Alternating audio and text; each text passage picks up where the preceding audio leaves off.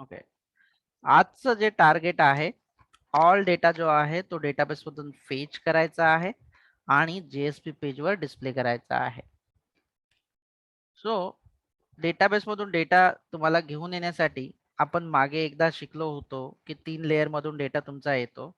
Sorry, पहिली जी layer असते ती कंट्रोलर लेयर असते, दुसरी जी लेयर असते ती सर्व्हिस आणि तिसरी जी लेयर असते डाव लेयर असते. आणि युजर म्हणजेच आपल्यासाठी आता हा जेएसपी पेज आहे. कुठला पेज आहे? जेएसपी पेज आहे. म्हणजे फ्लो बघा कसा होणार आहे. कंट्रोलर वर जो आहे तो इन्स्ट्रक्ट करेल सर्व्हिस, सर्व्हिस मधून सर्व्हिस मध्ये डेटा येईल रेपो मधून, आणि रेपो मधून जो डेटा येईल तो कुठून अवेलेबल होईल, तर तो डेटाबेस मधून अवेलेबल होईल. हा फ्लो आहे. सो आपण एसटीएस मध्ये जाऊया आणि कोड करूया. कंट्रोलर मध्ये मला ही URL टाकल्याच्या नंतर जो डेटा आहे तो डेटा फेच झाला पाहिजे. तो गेट मॅपिंग आणि इथे आपल्याला जी एम्प्लॉईज टाकायचा आहे तो एम्प्लॉईज आपण इथे टाकून घेऊया. म्हणजे URL वर तुम्ही गेट एम्प्लॉई फक्त एम्प्लॉईज जर टाकलं URL की तुम्हाला ऑल डेटा जो आहे तो फेच करून मिळेल. तर ऑल एम्प्लॉईज आहे म्हणून इथे मल्टिपल एम्प्लॉईज आहेत, म्हणून रिटर्न टाईप याचं जे आहे ते काय ठेवावं लागेल आपल्याला. रिटर्न टाईप तुम्ही लिस्ट ठेवू शकता, परंतु मी इथे सध्या वॉइड ठेवतोय. किंवा तुम्हाला जर का व्ह्यू वर जायचं असेल तर तुम्हाला मॉडेल अँड व्ह्यू ठेवावं लागेल. जर तुम्हाला डेटा घेऊन जर जेएसपी पेज वर जायचं असेल, जेएसपी पेज म्हणजे व्ह्यू, तर तुम्हाला return type model and view ठेवावं लागेल. देन मेथडचं नाव गेट ऑल एम्प्लॉईज असं ठेवलं तरी चालेल. That's it. या मेथड मध्ये तुम्हाला मॉडेल अँड व्ह्यू रिटर्न करायचा आहे, म्हणून MAV equal to new model and view आणि रिटर्न करूया MAV. That's it. एरर हा निघून जाईल. परंतु इथपर्यंत जो डेटा आहे तो कसा घेऊन येणार? सर्व्हिस मेथड मध्ये तुम्हाला एक लॉजिक लिहावं लागेल. ओके, सर्व्हिस मेथड मध्ये तुम्हाला लॉजिक लिहावं लागेल. पब्लिक लिस्ट ऑफ एम्प्लॉई तुम्हाला घ्यायचं आहे. लिस्ट ऑफ एम्प्लॉई का? कारण की मल्टिपल एम्प्लॉईज आहेत म्हणून. गेट ऑल एम्प्लॉई,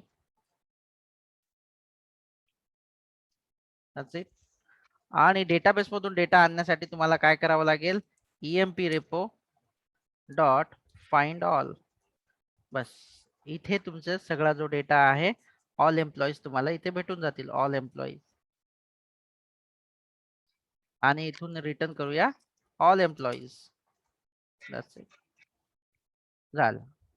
इथे फक्त एका लाईनचा कोड आहे. कंट्रोलर मध्ये या मेथडला कॉल करून घेऊया. कंट्रोलर मध्ये कॉल करण्यासाठी तुम्हाला सर्व्हिसचा ऑब्जेक्ट लागेल, जो तुम्ही ऑलरेडी बनवलेला असेल. काय नावाचा बनवलेला आहे? सेव्ह मध्ये तुम्ही त्याला कॉल केलेला असेल. सेव्ह मेथड मध्ये EMP सर्व्हिस नावाचा ऑब्जेक्ट बनवलेला आहे. EMP service dot get all employees. तुम्हाला इथे ऑल एम्प्लॉईज मिळतील. That's it. ग्रेट. इथे तुम्हाला ऑल एम्प्लॉईजचा डेटा डेटाबेस मधून आलेला आहे. आता तो कुठे पाठवायचा आहे? तुम्हाला जेएसपी पेजवर पाठवायचा आहे. कोणत्या जेएसपी पेजवर पाठवायचा आहे तर तो डिसाईड करा तुम्ही. इथे तुम्हाला डिसाईड करण्यासाठी तुम्हाला ते नाव द्यावं लागेल की कोणत्या पेजवर.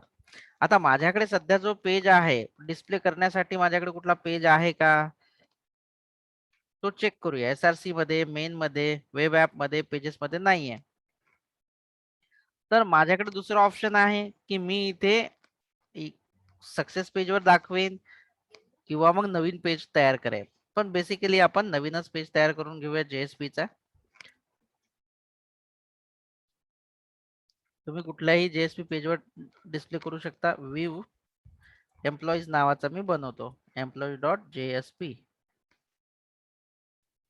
आणि याला फिनिश करतो मी. That's it. सो कंट्रोलरला आपण इथे पाठवूया. कंट्रोलर इथे जाईल. कसा काय जाईल? तर इथे तुम्हाला त्याचं नाव द्यावं लागेल. Employee view employees, view employees हे जे नाव दिलेलं आहे सेम नाव दिलंय तो तिथे जाईल. परंतु त्याला त्या पेजवर काय घेऊन जायचं आहे, तर डेटा घेऊन जायचा. कोणता डेटा घेऊन जायचा आहे? हा ऑल एम्प्लॉईज नावाचा डेटा घेऊन जायचा आहे. तो डेटा आपण जेएसपी पेजवर कसा पाठवतो? सिंपल आहे. mav डॉट ऍड ऑब्जेक्ट करायचं, ऍड ऑब्जेक्ट करायचं, हा वाला ऍड ऑब्जेक्ट. काय व्हॅल्यूने घेऊन जायचंय? ऑब्विसली तुम्हाला जी काय व्हॅल्यू टाकायची ते करून द्या, पण बेसिकली मी ऑल एम्प्लॉईज घेऊन जातोय. सो ऑल एम्प्लॉईजच टाकून देऊया. ग्रेट. झाला बघा. सिंपल होता. सर्व्हिस मधून डेटा जो आलेला आहे, सर्व्हिस मध्ये डेटा कुठून आलेला आहे? रेपो मधून. रेपो मध्ये डेटा कुठून आला? तर डेटाबेस मधून आलेला आहे. आणि अशा पद्धतीने आपण एकदम कमी कोड मध्ये, जर कोड बघायला गेला तर काहीच नाहीये. फाइंड ऑल मेथड केलं, डेटाबेस मधून डेटा फेच केला, तो जो आहे तो ऑल एम्प्लॉईज पूर्ण डेटा आला, आणि हा डेटा आपण कुठे पाठवणार आहोत? तर व्ह्यू एम्प्लॉईज वर पाठवणार आहोत. हा पूर्ण डेटा व्ह्यू एम्प्लॉईज नावाच्या पेज वर जाईल. ठीक आहे. सो आणि इथे आपण कसं पोहोचू? जस्ट ब्राउझर मध्ये एम्प्लॉईज जर लिहिलं, याच्या कंट्रोलर मध्ये जर का हा एम्प्लॉईज जर लिहिलं तुम्ही इथे, तरी ते पेज दिसायला हरकत नाही. तर चला आपण बघूया जस्ट एम्प्लॉई लिहून की काय तो तिथे येतोय का. ओके, आला तो. एम्प्लॉईज मध्ये लिहिलं तर आला तो. आता याला फक्त आपण इथे हा जो जेएसपी पेज आहे इथे लिहूया, म्हणजे तुम्हाला दिसेल ऑल एम्प्लॉईज. ठीक आहे, ऑल एम्प्लॉईज लिहिलं जेणेकरून तुम्हाला सोपं दिसेल. बघा, ऑल एम्प्लॉईज आला हा डेटा.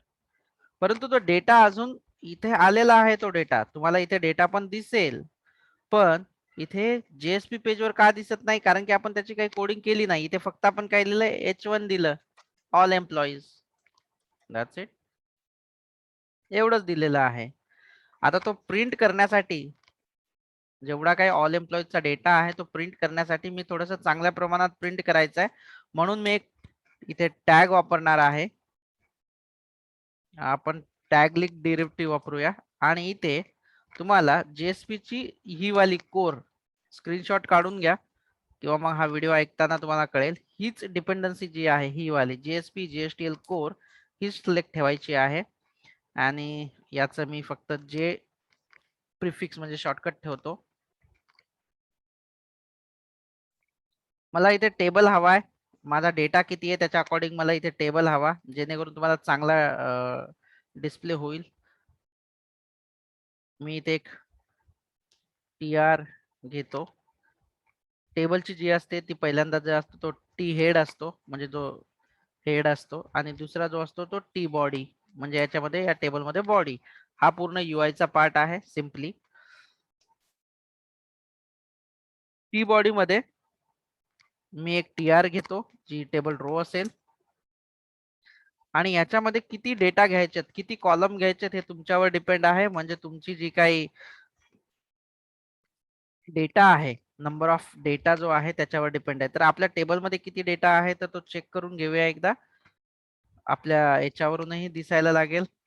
जो काही तुमचा एम्प्लॉईचा एंटिटी असेल, नंबर ऑफ किती आहेत तर first name, last name, salary आणि डेजिग्नेशन. 1 2 3 4 5 5 TD असायला पाहिजेत तुमचे. पहिल्या रो मध्ये तुम्हाला 5 TD TD घेऊन घेऊया. इथे TD टाकून देऊया 1 बाय 1. आणि मग हेडर जे आहे, सुरुवातीला तुम्हाला हेडरही दाखवायचे, त्याचे ID आहे की काय आहे. TH सपोज आयडी असा डिस्प्ले करत नाहीत, पण मी तुम्हाला पुढे चालून त्याला मॉडिफाय करून दाखवतो. आयडीच्या नंतर काय? फर्स्ट नेम आहे. तिसरा जो TH आहे त्याच्यामध्ये आहे लास्ट नेम.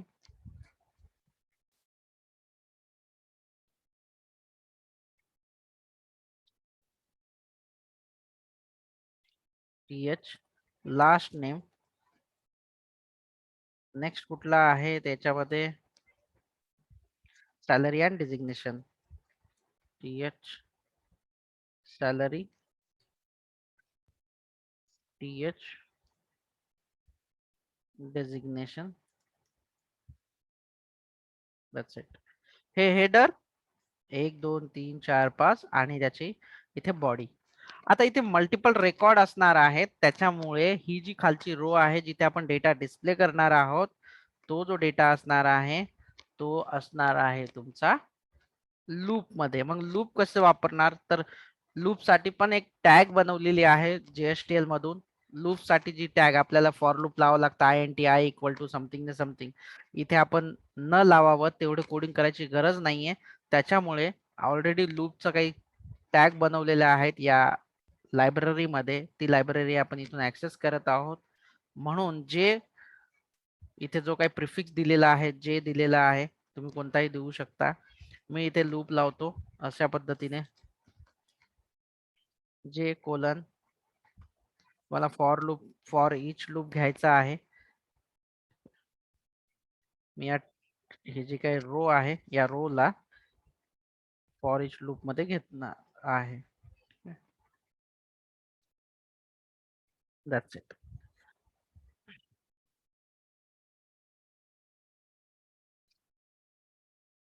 देन याला आता तुम्हाला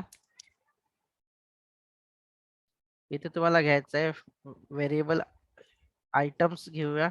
आयटम्स मध्ये तुमचा जो काही ऑब्जेक्टचं नाव आहे, इथून कंट्रोलर मधून जो काही तुमचा ऑब्जेक्टचं नाव आलेलं आहे, काय नाव आहे त्याचं, ऑल एम्प्लॉई, तो घ्यायचा आहे.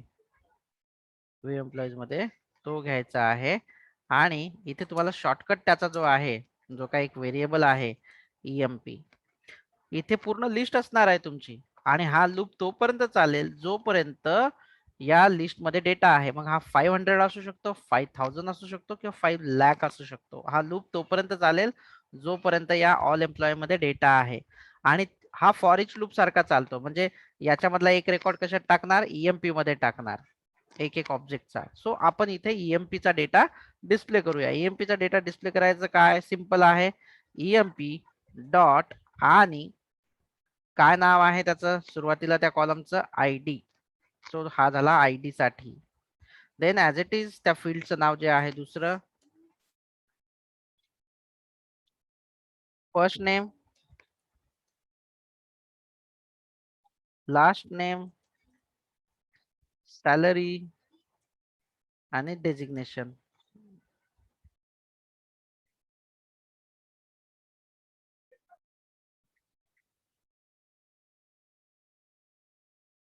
That's it. पहिल्या हाफ मध्ये तुम्ही कंट्रोलर पर्यंत डेटा आणला, दुसऱ्या हाफ मध्ये तो डेटा ऑब्जेक्ट ऍड ऑब्जेक्ट न डेटा ऍड केला, आणि कुठे डेटा जाणार, व्ह्यू एम्प्लॉईज वर. म्हणून तो जो डेटा आहे तो व्ह्यू एम्प्लॉईज वर डेटा जाणार. That's it. एवढं आहे. सो आपण याला रिफ्रेश करून बघूया. Okay great. याचं काय म्हणणं, ID not found out, type long string. Okay ठीक आहे.